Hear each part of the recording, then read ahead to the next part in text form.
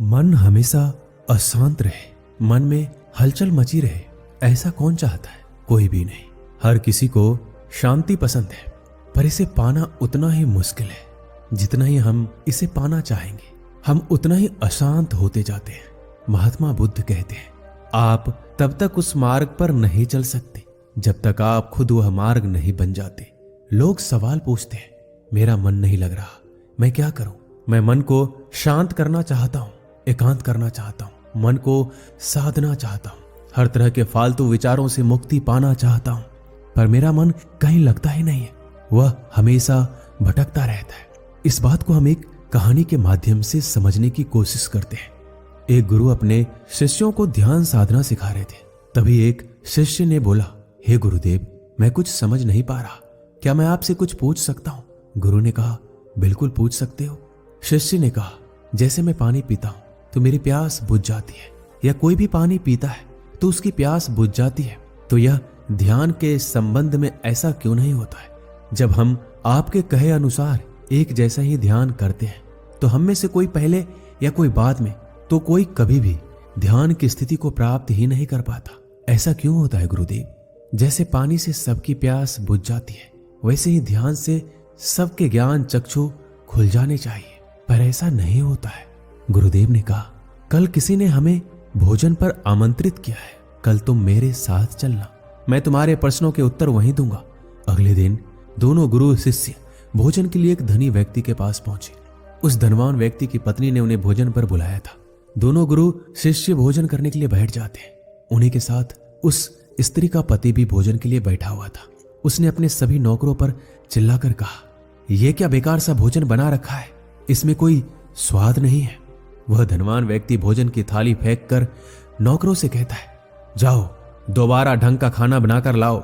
धनी व्यक्ति की पत्नी ने उन दोनों गुरु शिष्य से क्षमा मांगकर उन्हें भोजन परोसने लगी। फिर दोनों ने भोजन किया, लेकिन गुरु ने अपनी थाली में 2 रोटी छोड़ दी। गुरु ने उस स्त्री से कहा, पुत्री, क्या तुम मुझे ये 2 रोटी बांध कर दे सकती हो? स्त्री ने उन रोटियों को बांध कर दे दिया। उसके बाद दोनों गुरु शिष्य वहां से चले गए। रास्ते में गुरुजी ने शिष्य से पूछा, तुम्हें भोजन कैसा लगा? शिष्य ने कहा, भोजन तो अति स्वादिष्ट था, मुझे बहुत ही पसंद आया, मुझे वहां भोजन करके बहुत ही अच्छा लगा। फिर गुरु ने कहा, क्या इससे अधिक तुम्हें और कुछ नहीं लगा? शिष्य ने कहा, इससे अच्छा और क्या लग सकता है? गुरु, मेरी भूख मिट गई, मेरा पेट भर गया। फिर गुरुदेव ने कहा, भोजन तो अच्छा था, लेकिन उस स्त्री के पति ने भोजन स्वादिष्ट नहीं है ऐसा क्यों कहा? भोजन तो अच्छा बना था, भोजन तो एक जैसा ही था, फिर उसके पति को भोजन पसंद क्यों नहीं आया? शिष्य ने कहा, आप ठीक कहते हैं गुरुदेव, मैं तो कुछ समझ ही नहीं पा रहा हूं, आप ही कुछ बताइए। गुरुदेव ने कहा, अभी तुम मेरे साथ इस मार्ग पर चलते रहो। गुरु शिष्य चलते चलते बहुत दूर निकल गए। शिष्य ने गुरुदेव से कहा, गुरुदेव, हम हमारे आश्रम के मार्ग पर तो नहीं है, फिर हम इस मार्ग से कहां जा रहे हैं? गुरु ने कहा, बस चलते रहो। बहुत दूर चलने के बाद एक फटेहाल व्यक्ति गुरुजी के सामने आया और उनके चरणों में गिर पड़ा और बोला, हे परमात्मा, मेरी मदद करो, मैं 3 दिन से भूखा हूं, मैंने कुछ भी नहीं खाया है, आप कृपा करके मुझे कुछ खाने को दें। गुरुदेव ने उस व्यक्ति को एक पेड़ के नीचे बैठाया और उन 2 रोटियों को निकाल कर दे दिया जो उस महिला ने उन्हें बांध कर दिया था। रोटियों को देखते ही उस गरीब व्यक्ति के आंखों में चमक आ गई। उसने तुरंत उन रोटियों को खा लिया। खाते समय उस व्यक्ति के आंखों से आंसू निकल रहे थे। वह रो रहा था और रोटियों को खाता जा रहा था और अपने हाथ से इशारे कर रहा था, जैसे वो किसी अदृश्य शक्ति को कह रहा हो कि तेरा धन्यवाद इस रोटी के लिए। खाने के बाद उसने गुरुजी को प्रणाम किया और धन्यवाद कहा। गुरुजी ने उस व्यक्ति से पूछा कि भोजन का स्वाद कैसा था? उसने कहा, स्वाद तो कहीं था ही नहीं, उन रोटियों में केवल जीवन था परमात्मा। ये रोटियां नहीं थी गुरुदेव, ये साक्षात जीवन था। ये बातें कहकर वो व्यक्ति वहां से चला गया। गुरु ने शिष्य से कहा, देखो देखो, भोजन वही था, एक व्यक्ति को उसमें स्वाद नहीं आता, तुम्हें उसमें स्वाद आया, तुम्हें भोजन पसंद आता है, लेकिन वहीं एक व्यक्ति को भोजन में स्वाद नहीं आता है, बल्कि वह इसमें ईश्वर, परमेश्वर और जीवन को देख लेता है।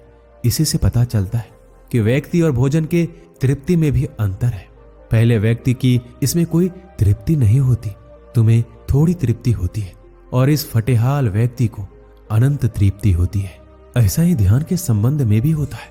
जिसको जितना प्यास होती है वह उतना ही जल्दी मार्ग बना लेता है। उस शिष्य की जिज्ञासा का समाधान हो चुका था, उसके प्रश्नों का उत्तर उसे मिल गया था, लेकिन प्रश्न का उत्तर हमें अभी नहीं मिला है।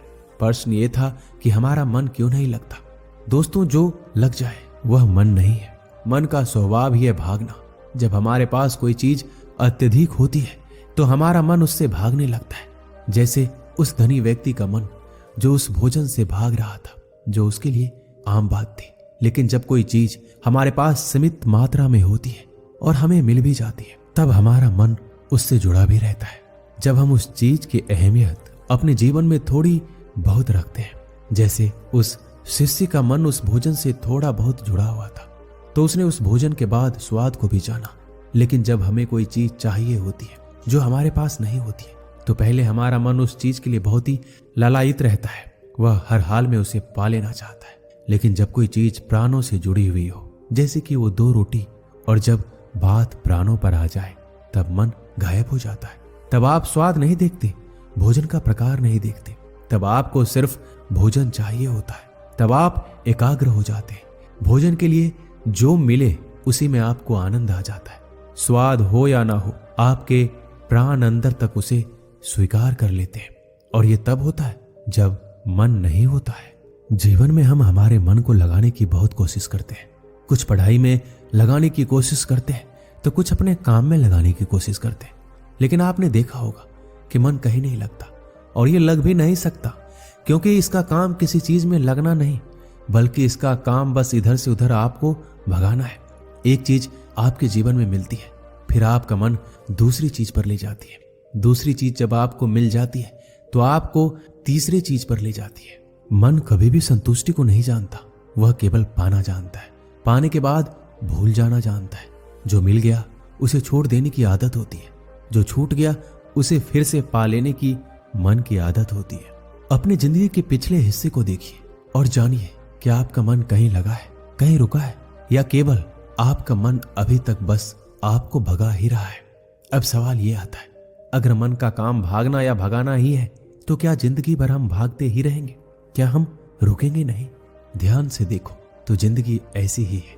जन्म से लेकर मृत्यु तक इंसान भागता ही रहता है, कभी किसी चीज के पीछे, कभी किसी इंसान के पीछे। लेकिन फिर कुछ इंसान भागना बंद कर देते हैं, तब चीजें उनके पीछे भागती है। वह किसी चीज के पीछे नहीं भागते। इसका सबसे बड़ा उदाहरण स्वयं गौतम बुद्ध है। हम आम लोग कैसे अपने जीवन में ठहराव ला सकते हैं, कैसे हम अपने जीवन में एकाग्रता ला सकते हैं, कैसे हम अपने जीवन में अपने मन को हम नियंत्रित करने से रोक सकते हैं। और इसका एक ही रास्ता है, वो है ध्यान। ध्यान आपके जीवन को व्यवस्थित बनाता है। मन भागता है, ध्यान ठहराव बुलाता है। मन लालच देता है, ध्यान लालच को देखने की शक्ति देता है। मन कहता है दूसरी चीज को पकड़ लो, ध्यान कहता है जो मिला है उसी में खुश रहो। जीवन में ध्यान एकाग्रता लाता है, लेकिन ध्यान को लेकर भी हम भ्रमित रहते हैं। ध्यान का मतलब आंख बंद कर बैठ जाना नहीं होता। एक छोटी बच्ची बहुत ही अच्छी बांसुरी बजाती है। जब वह बांसुरी बजाती है तो उसका मन उसके सुर में खो जाता है। उसके प्राण केवल उस बांसुरी के धुन में ही रम जाती है और यही उसका ध्यान बन जाता है। लेकिन ऐसा इसलिए होता है क्योंकि इस लड़की को उस बांसुरी में रस आता है, आनंद आता है। यही उसकी प्रकृति है, तो वो वही कर रही है जो वो हो सकती है। एक अध्यापक जब अपने छात्रों को पढ़ाता है तो उसमें खो जाता है। वो अपने प्राणों से पढ़ाने का आनंद लेता है, उसमें रुचि है उसे, यही उसकी प्रकृति है। जब वो पढ़ा रहा होता है तो उसके मन में कोई हलचल नहीं होती, ना वो भूतकाल की सोचता है ना वो भविष्य की। वह केवल वर्तमान क्षण में ही रहता है और यही उसका ध्यान है। जो व्यक्ति जो है अगर वही होने लगे तो उसमें अपने आप ही ध्यान उत्पन्न होने लगता है, वो एकाग्र होने लगता है। लेकिन जब व्यक्ति कुछ होने की कोशिश करता है तो उसका मन हावी होने लगता है, एकाग्रता टूट जाती है और तब हम भागते रहते हैं। जीवन में हमें सब कुछ मिल जाता है, तब भी हम सोचते हैं कि कुछ रह गया है। और यही अधूरापन कभी कम नहीं होता, क्योंकि जो आप हो सकते थे, जो आपकी प्रकृति थी, आप नहीं हुए। आप जीवन में बाकी सब कुछ हो गए, लेकिन जिन कार्यों में आपका गुण था आप वही नहीं हो पाए। ऐसे ही आप हमेशा अधूरे रह जाते हैं, तब मन कहीं नहीं लगता। मन की प्रकृति ही लगने की नहीं है, जो लगता है वो एकाग्रता है, वो ध्यान है। और जहां आपको एकाग्रता मिल जाए, समझ लेना वही आपके लिए बना है, जिस पर चलकर आप संपूर्ण हो सकते हैं। दोस्तों, इस वीडियो में बस इतना ही। मिलते हैं अगली वीडियो में। अपना ख्याल रखिएगा। धन्यवाद।